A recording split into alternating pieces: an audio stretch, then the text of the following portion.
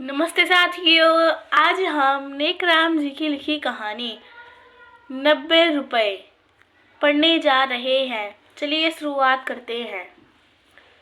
घिस घिस कर जूते का नीचे वाला तला गल कर खत्म हो गया।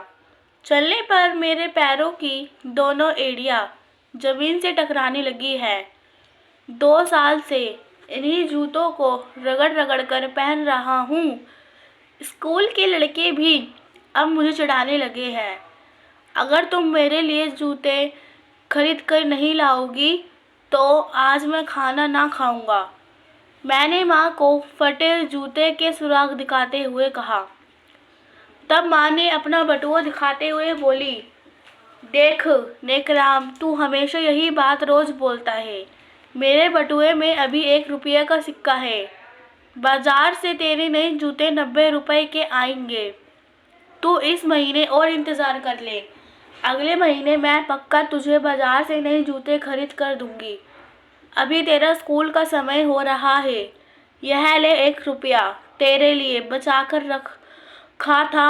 माँ ने बटुए से 1 रुपया का सिक्का निकाल कर मेरी ओर बढ़ा दिया। मैंने रुपया माँ के हाथों से ले लिया और रोज की तरह बस्ता कंधे पर टांगे स्कूल के गेट पर पहुंचा। खाट वाली अम्मा हमारे स्कूल के सामने ही लकड़ी के बने तख्ते पर बैठी नजर आती थी। उसकी डबडबाई आंखें स्कूल के बच्चों की तरफ रहती। जब कोई स्कूली बच्चा पैसे देते हुए कहता, अम्मा जी हमें चीज दे दो, तो उस अम्मा का चेहरा खिल जाता।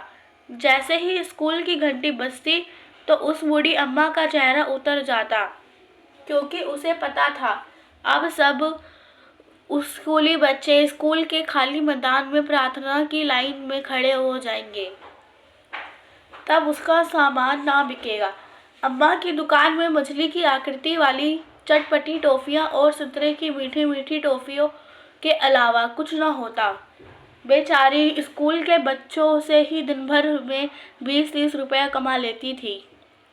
घंटी बजने से पहले ही मैं दौड़कर अम्मा की दुकान से चटपटी मछली वाली टॉफियाँ खरीद कर स्कूल के बैग में डाल लेता था। लेकिन उस दिन मैं अम्मा की दुकान के पास खड़ा हो गया। मछली खरीदने का मन नहीं हो रहा था। तब अम्मा मुझे निहारते हुए बोली, कल तूने अपना नाम नेकराम बताया था। मुझे अभी तक तेरा नाम याद है। आज तुझे मछली नहीं खानी? बता, कुछ और लेगा? तब मैंने 1 रुपया का सिक्का अम्मा को देते हुए कहा, मुझे नए जूते खरीदने हैं। माँ हमेशा झूठ कहती है कि इस महीने पुराने जूते से काम चला ले, फिर अगले महीने तेरे लिए नए जूते पक्का खरीद दूंगी।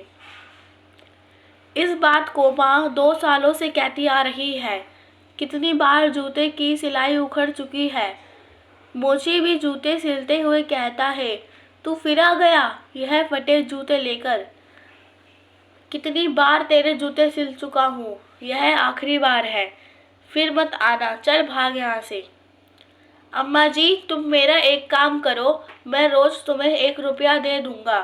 तुम मेरा रुपया अपने पास रोज जमा कर लिया करो। बाजार में एक नई जोड़ी जूते की कीमत 90 रुपये है। स्कूल आते समय रास्ते में मैंने पूरा हिसाब जोड़ लिया है। 1 महीने में 30 दिन होते हैं। 90 रुपये जमा करने के लिए मुझे 3 महीने तक तुम्हारे पास 1 रुपया लेकर आना होगा। तब मैं अपने लिए नए जूते खरीद लूँगा। तब दुकान वाली अम्मा बोली, मैं तो इतनी पढ़ी लिखी ना हूँ, लेकिन संडे को तो स्कूल बंद रहता है, तब तेरा रुपया कैसे जमा होगा? हाँ हाँ, संडे के दिन भी मैं रुपया लेकर जरूर आऊँगा। मैंने बस्ते से एक कॉपी निकाल कर खाली पेज दिखाते हुए कहा, तुम इस खाली पेज पर एक छोटी सी लकीर खींच दो। यह काम तुमको रोज करना होगा। मैंने दुकान वाली अम्मा से पेंसिल से एक लकीर खिंचवा ली। फिर अम्मा को बताया, जब मेरी कॉपी में 90 लकीर हो जाएगी तब मैं तुमसे अपने सारे रुपया ले लूँगा। इतना कहकर खुशी खुशी मैं स्कूल की तरफ भागा। शाम को स्कूल से घर लौटा तो पापा घर पर ही थे। उन्होंने मुझे एक बड़ा सा गत्ते वाला बक्स मेरे हाथों में पकड़ाते हुए कहा, नेकराम, तेरे लिए एक गिफ्ट लाया हूँ, खोल कर देख इसमें क्या है। जब मैंने खोलकर देखा तो उसमें नए जूते थे। पापा ने कहा, पहन कर देख और बता जूते टाइट तो नहीं है। तब मैंने कहा, मैं अभी आता हूँ। मैं दौड़ा दौड़ा स्कूल के गेट पर हाफता हुआ पहुँचा। दुकान वाली अम्मा दिखाई ना दी। तख्ता सूना पड़ा था।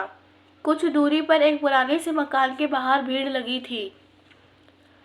पास जाकर वहाँ एक बच्चे से पूछा, दुकान वाली बूढ़ी अम्मा कहाँ मिलेगी? तब उस बच्चे ने बताया, वह तो मर गई। तब मैंने कहा, ऐसे कैसे हो सकता है? मेरा 1 रुपया अम्मा के पास जमा है। मैंने देखा बूढ़ी अम्मा अर्थी पर लेटी हुई थी। लोग अर्थी को उठाने की तैयारी कर रहे थे। तभी वह बच्चा एक स्त्री को बुला लाया। उस स्त्री ने 1 रुपया और एक पोटली मुझे देते हुए कहा, तुम्हारा नाम निकराम है? उस अनजान सी स्त्री के मुख से अपना नाम सुनकर मैं दुविधा में पड़ गया। आखिर इन आंटी को मेरा नाम कैसे मालूम हुआ? मैंने तपाक से उत्तर दिया, हाँ, मेरा ही नाम नेकराम है। तब उस स्त्री ने कहा, दुकान वाली अम्मा ने मरते समय कहा था, जब नेकराम आए तो उसका 1 रुपया दे देना और साथ में यह पोटली भी। मैंने रुपया और पोटली ले ली। तभी लोगों ने आवाज़ लगाई, कोई रह गया हो तो कपड़ा डाल दो। तब एक मूछ वाले आदमी ने कहा, अब कोई ना आएगा, अर्थी उठाई जाए। लोगों ने जैसे ही अर्थी उठानी शुरू की तो मुझे याद आया, माँ ने बताया था, जब कोई मर जाता है तो कपड़े से ढककर शमशान तक ले जाते हैं। सब लोग अपने अपने घर से कपड़ा लेकर आते हैं।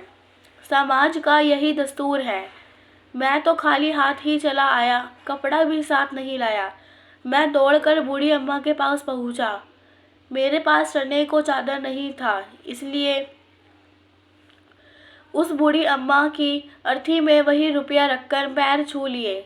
इसी के साथ ही लोगों ने अर्थी उठाकर आवाज़ लगाई, राम राम सत्य है, राम राम सत्य है। शमशान की ओर जाती हुई बूढ़ी अम्मा की अर्थी को कुछ देर तक मैं खड़ा खड़ा देखता रहा। फिर पोटली लेकर घर चला आया।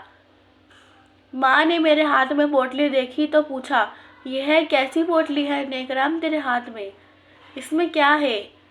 तब मैंने बताया, मुझे क्या मालूम पोटली में क्या है, मुझे दुकान वाली बूढ़ी अम्मा ने दी है। तब बहन ने पोटली मेरे हाथ से लेकर छीन ली। खींचातानी में पोटली फट गई। उस पोटली से बहुत से एक एक के सिक्के फर्श पर गिरकर बिखर गए।